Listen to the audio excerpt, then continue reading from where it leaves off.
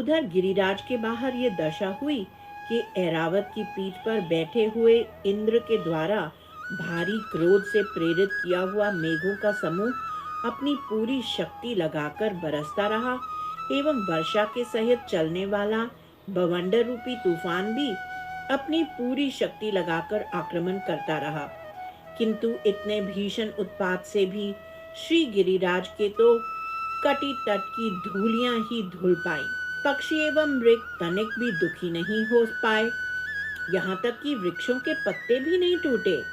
मेघगण दूर दूर विद्यमान समुद्रों से जलों के जिन अपार भारों को अपहरण करके लाए थे, वे जलों के भार तो पृथ्वी पर गिरकर उस समुद्र में ही चले गए।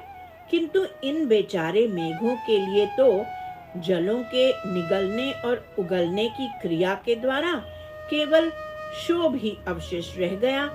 7 दिनों तक मूसलाधार वर्षा और चक्रवाती तूफान वृंदावन को प्रताड़ित करते रहे। इंद्र की बुद्धि लाखों व्रज से भी अधिक कुटिल थी। उसके आदेश को पूरा करने की बार बार कोशिश करने के बावजूद मेघ वृंदावन के लोगों को नष्ट या थोड़ा भी परेशान नहीं कर सका। इंद्र को प्रसन्न करने के उद्देश्य से किए गए कठिन परिश्रम से विशाल विशाल संवर्तक मेघ और उनके सहायक लगभग मृत प्राय हो गए। यद्यपि उस इंद्र को मिथ्या अभिमान के मंच से नीचे गिराकर पराजित कर दिया गया, तो भी लज्जास्पद इंद्र में कष्ट देने की भावना विद्यमान रही।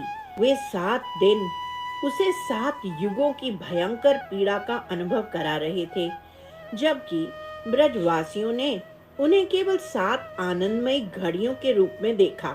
अहो, भगवान की दिव्य शक्ति कितनी भव्य है, जो ब्रह्मा और शिव की समझ से भी परे है।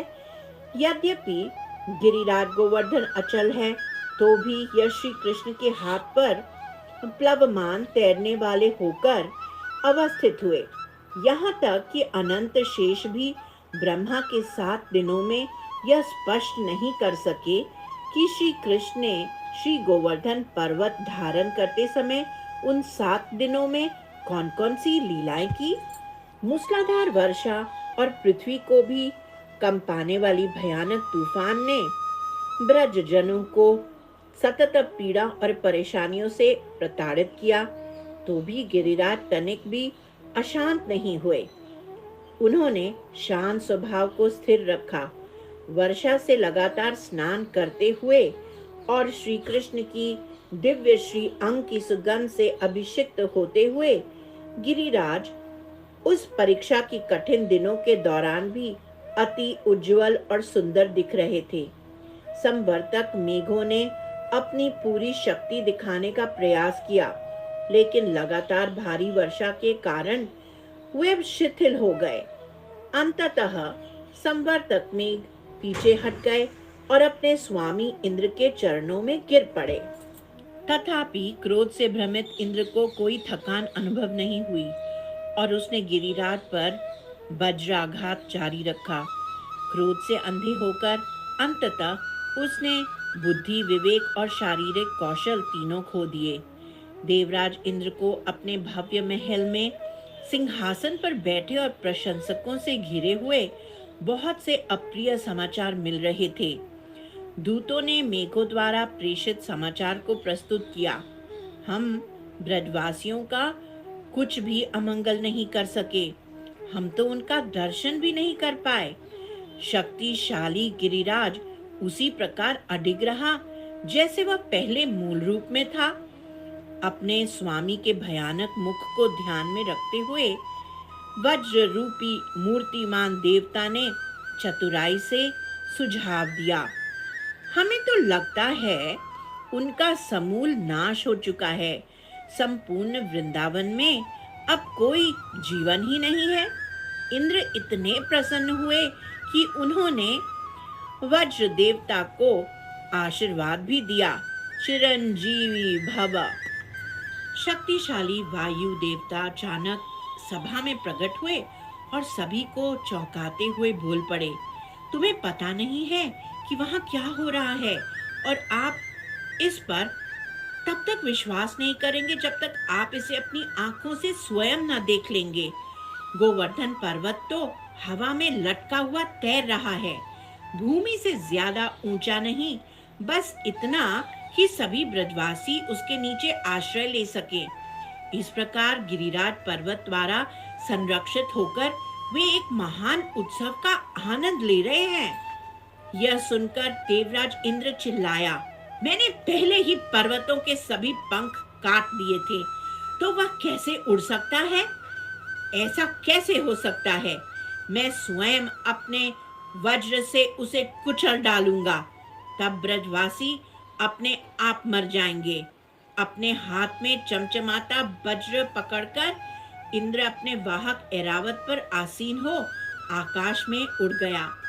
यद्यपि वह ऐरावत पर बैठा था, परंतु वास्तव में वो अपने क्रोध के रथ पर ही सवार था। क्रोधित सांप की तरह फुफकारते हुए वह भी व्यक्तिगत रूप से स्थिति का आंकलन करने के लिए वृंदावन की ओर दौड़ पड़ा। वायु देवता ने उन वचनों को सुनकर सभी देवता भी उस चमत्कार को देखने के लिए देवराज के पीछे पीछे ब्रज वृंदावन को दौड़ पड़े।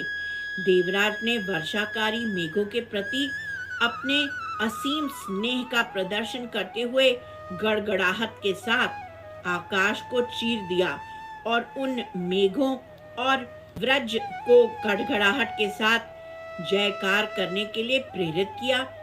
चूंकि उसने कुछ दिन पहले ही संवर्तक बादलों को भड़का दिया था, इसलिए उसने मान लिया था कि वृंदावन पूरी तरह से नष्ट हो ही गया होगा।